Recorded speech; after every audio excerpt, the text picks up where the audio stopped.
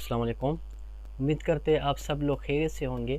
आज की इस वीडियो को बनाने का मकसद ये है कि जो elementary KP elementary secondary education ने ईटा के ज़रिए जो एसएसटीज़ वगैरह टेस्ट जो वो लेंगे कंडक्ट करेंगे उसके मुतल्लिक है कि मतलब आपने प्रिपरेशन किस तरह करनी है। इस वीडियो में मैं आपको कुछ स्ट्रेटजीज़ और कुछ टिप्स बताऊंगा जिसे यूज़ करके आप बआसानी इस टेस्ट को क्लियर कर सकते हैं। इस वीडियो में मैं आपको दो सोर्स का बताऊंगा। पहले फर्स्ट सोर्स की बात करेंगे, फिर एंड में दूसरे सोर्स की भी बात करेंगे। तो ये वीडियो आपके लिए एक हेल्पफुल वीडियो होगी। उम्मीद करते हैं इससे आप बहुत कुछ सीख लेंगे और आपकी प्रिपरेशन में भी आसानी हो जाएगी। तो वीडियो शुरू करने से पहले मैं थोड़ा अपना ख़ुद को इंट्रोड्यूस कर लूँ। मेरा नाम मोहम्मद वसीम ख़ान है और मैं currently KP elementary secondary education में सर्व कर रहा हूँ एज ए एसएसटी टीचर। और मैंने ये NTS 2021 क्वालिफ़ाई किया था, SST जर्नल 2021 क्वालिफ़ाई किया था। और अब मैंने सोचा कि आपके लिए एक वीडियो बनाऊं जिससे आपको थोड़ा बहुत हेल्प मिल सके। उम्मीद करते ये वीडियो आपके लिए बहुत ज़्यादा हेल्पफुल साबित होगी, तो इसको लाजमी देखें। अच्छा, तो शुरू करते हैं SST के बारे में कि मतलब आपने प्रिपरेशन किस तरह करनी है। तो SST तीन किस्म के हमारे पास, IT भी आएगा इसमें, लेकिन फ़िलहाल हम बात करेंगे कि SST journal, SST maths physics और SST बायोकेमिस्ट्री।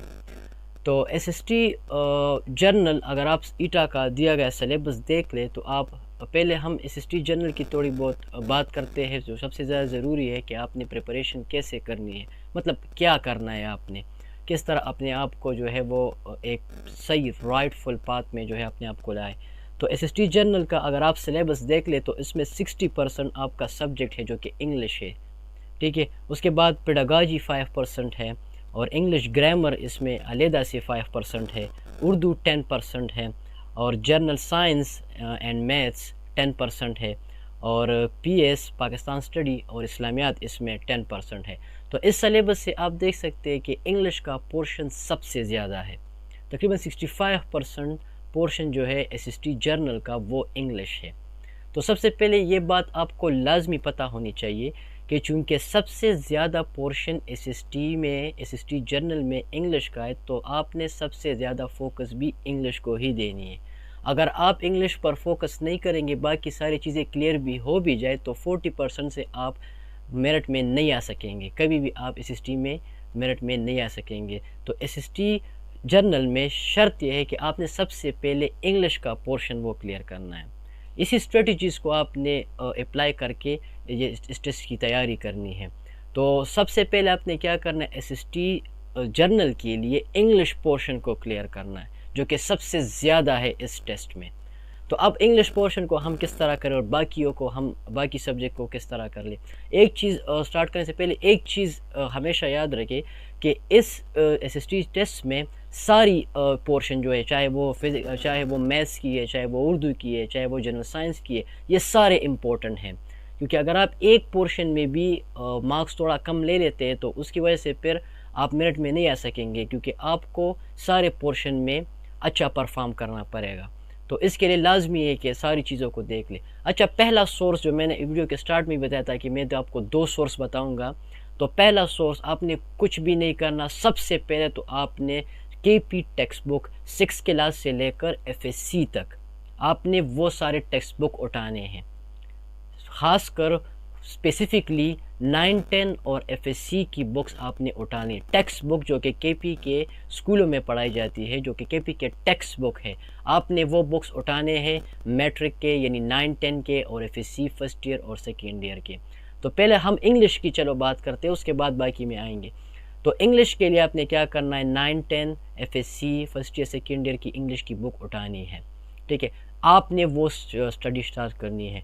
मैं पहले आपको ये बता दूं कि इंग्लिश के पोर्शन में क्या आएगा।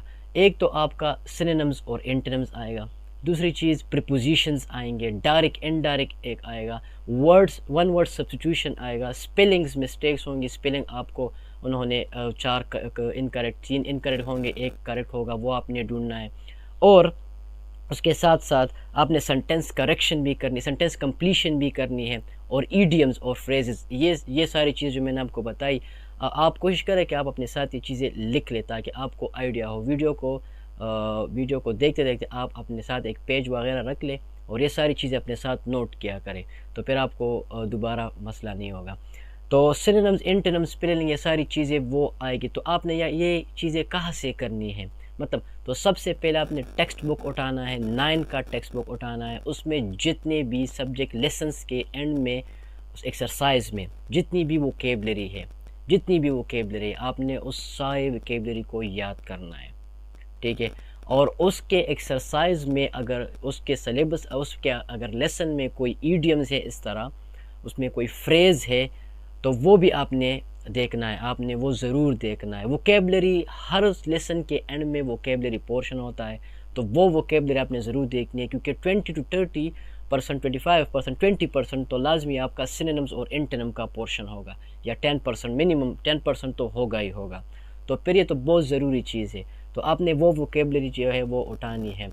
उसके अलावा इंग्लिश पोर्शन चूँकि 60 पोर्शन है, तो ये 60% में क्या आएगा, 5% तो ग्रामर का होगा, 60% में आपका, मैंने पता है कि इंग्लिश ग्रामर में सिनोनिम्स, एंटोनिम्स आएंगे। और बहुत इंपॉर्टेंट चीज़, इसमें आपके पास लिटरेचर से सारा कुछ आता है, लिटरेचर से 30%, 30-35% आपका लिटरेचर से आएगा। लिटरेचर में फिर क्या मतलब आएगा, लिटरेचर में हम फिर क्या देख, यही 9-10 की और एफएससी की बुक आपने उठानी है। इसमें जितने भी पोएम्स है, सारे पोएम्स के पोइट को आपने याद रखना है, ठीक है। और उस पोइट की और उस पोएम की थीम को भी आपने समझना है कि इस पोएम में मकसद क्या है, इसका थीम क्या है, ठीक है। इसके अलावा अगर आप एफएससी के कोर्स को देख लें इंग्लिश में, तो इसके एंड में कुछ प्लेस दिए गए हैं, तो आपने वो प्लेस को भी देखना है। अच्छा, तो प्लेस किस तरह देखनी है, प्लेस में जो करेक्टर्स हो उन करेक्टर्स को देखना है, मतलब कि एक करेक्टर का दूसरे करेक्टर के साथ क्या ताल्लुक़ है,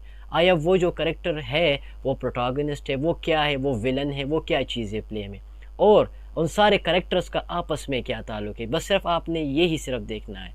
इस तरह टेस्ट में इसी तरह ही आता है कि अगर हमारे पास एक पोएम है, उसमें पोर्शिया और कार्डेला है, तो वो पूछेगा कि जी पोर्शिया और कार्डेला के दरमियान रिलेशनशिप क्या था, फ्रेंड थे, लवर थे, भाई बहन थे, क्या थे, तो ये चीज़ आएगा करेक्टर्स के बारे में।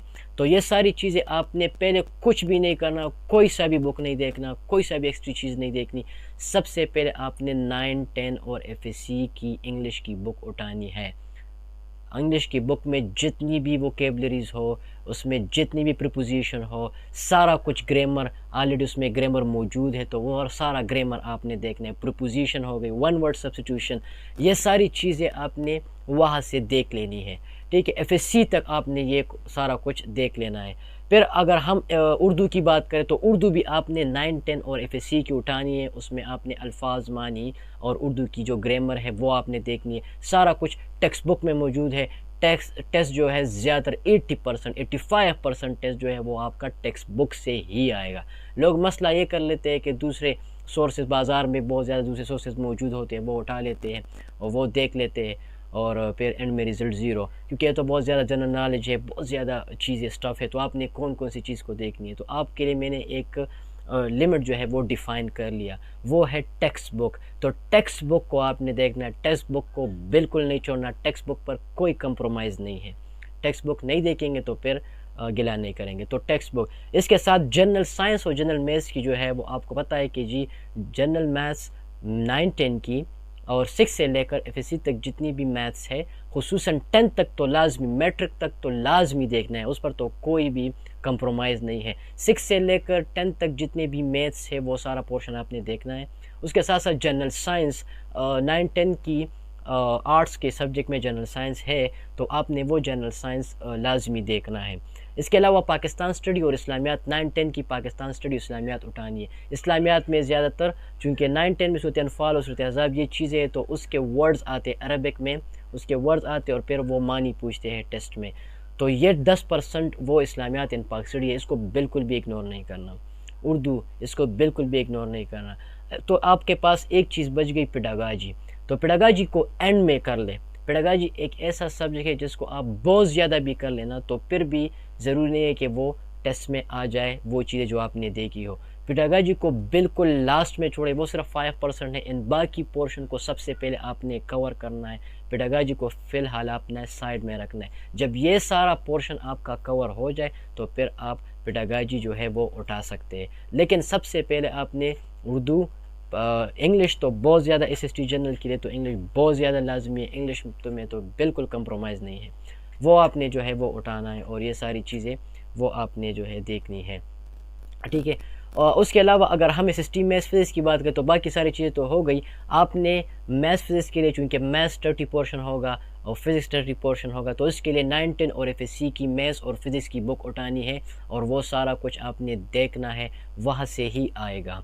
और एक उसमें इंग्लिश 15% है, वो आप ऑलरेडी जो है ग्रामर में आपने इंग्लिश तो देखा होगा, तो इंग्लिश में के पोर्शन में, इंग्लिश के सब्जेक्ट में वो क्लियर हो जाएगा। बायोकेमिस्ट्री के लिए आपने क्या करना है, बस वही बात, टेक्स्ट बुक को आपने जो है वो देखना है, 9, 10 और FSC की टेस्ट बायो की और केमिस्ट्री की बुक उठानी है और उसमें जितने भी MCQs है, उसमें जितने भी की पॉइंट्स है, उसमें जितने भी यूनिट्स है, ख़ुसूसन जो है केमिस्ट्री और फिज़िक्स और बायो, इन चीज़ों में जो है ख़ासकर फ़िज़िक्स में, ख़ासकर स्पेसिफ़िकली फ़िज़िक्स में अपने यूनिट्स को लाजमी देखना है। अच्छा, इस टेक्स्ट बुक में मैं आपको एक आसानी से भी आसान स्ट्रैटेजी बताता हूँ। इस टेक्स्ट बुक के आखिरी में एक की पॉइंट्स होते हैं, लेसन के आखिर में की पॉइंट्स होती है, वो की पॉइंट्स तो आपने ज़रूर देखने हैं और इसमें जितने भी MCQs हो, मैथ्स में, फ़िज़िक्स में, केमिस्ट्री में, बायो में और इंग्लिश में, जितने भी फिल इन द ब्लैंक्स हो, जितने भी MCQs हो, वो सारी चीज़ें आपने देखनी है। एक्सरसाइज की ज़रूरी नहीं है कि आप सारा लेसन देख ले, सारा यूनिट देख ले आपने, लेकिन आपने एक्सरसाइज पर बिल्कुल कंप्रोमाइज़ नहीं करना है। की पॉइंट्स और एक्सरसाइज ये आपने लाजमी देखना है। MCQs, फिलिंग द ब्लैंक्स, ये सारी चीज़ें आपने जो है वो लाजमी देखनी है। जो टेक्स्ट बुक, आपने टेक्स्ट बुक पर बिल्कुल भी कंप्रोमाइज़ नहीं करना। 6 से लेकर FSC तक जितनी भी टेक्स्ट बुक है वो आपने ज़रूर करनी है। और ये स्ट्रेटजी अपने साथ याद रखें कि जो चीज़, जो पोर्शन बहुत ज़्यादा है टेस्ट में, वो सबसे पहले करें, वो सबसे पहले करें। 60% SST जनरल में इंग्लिश है तो सबसे पहले आपने उर्दू नहीं करनी, सबसे पहले आपने मैथ्स नहीं करनी, सबसे पहले आपने बायो नहीं करनी, बल्कि सबसे पहले आपने क्या करनी है, आपने इंग्लिश करना है।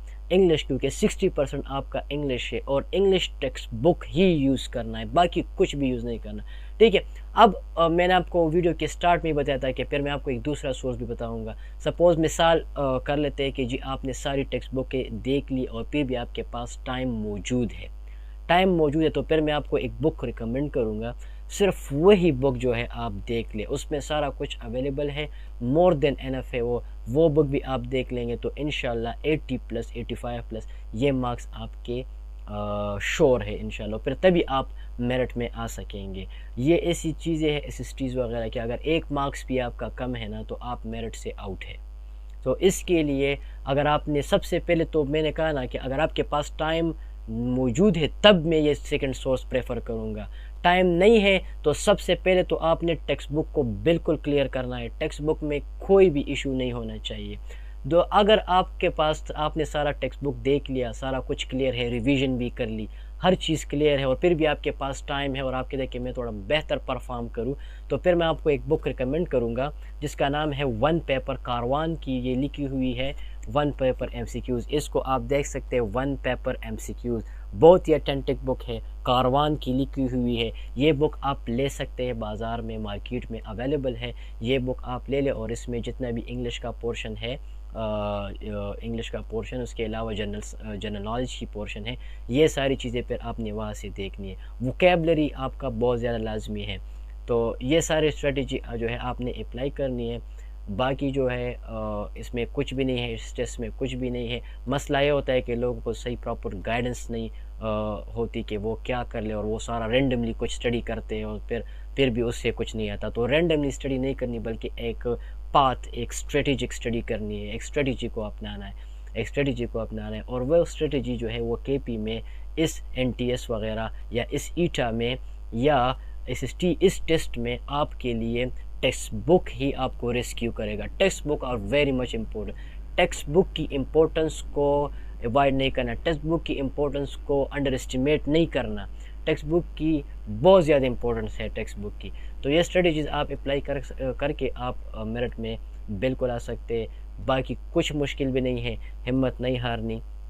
और हिम्मत लूज़ नहीं करनी, इतनी कोई मुश्किल काम नहीं है। बस आप स्टडी करेंगे, स्टडी करें, ख़ुद पर बिलीव रखें और अल्लाह पर भरोसा रखें, तो ये टेस्ट हो जाएगा इंशाल्लाह। इसमें कुछ मसला नहीं है, गिव अप नहीं करनी और ये नहीं सोचना कि टेस्ट दोबारा कब आएगा।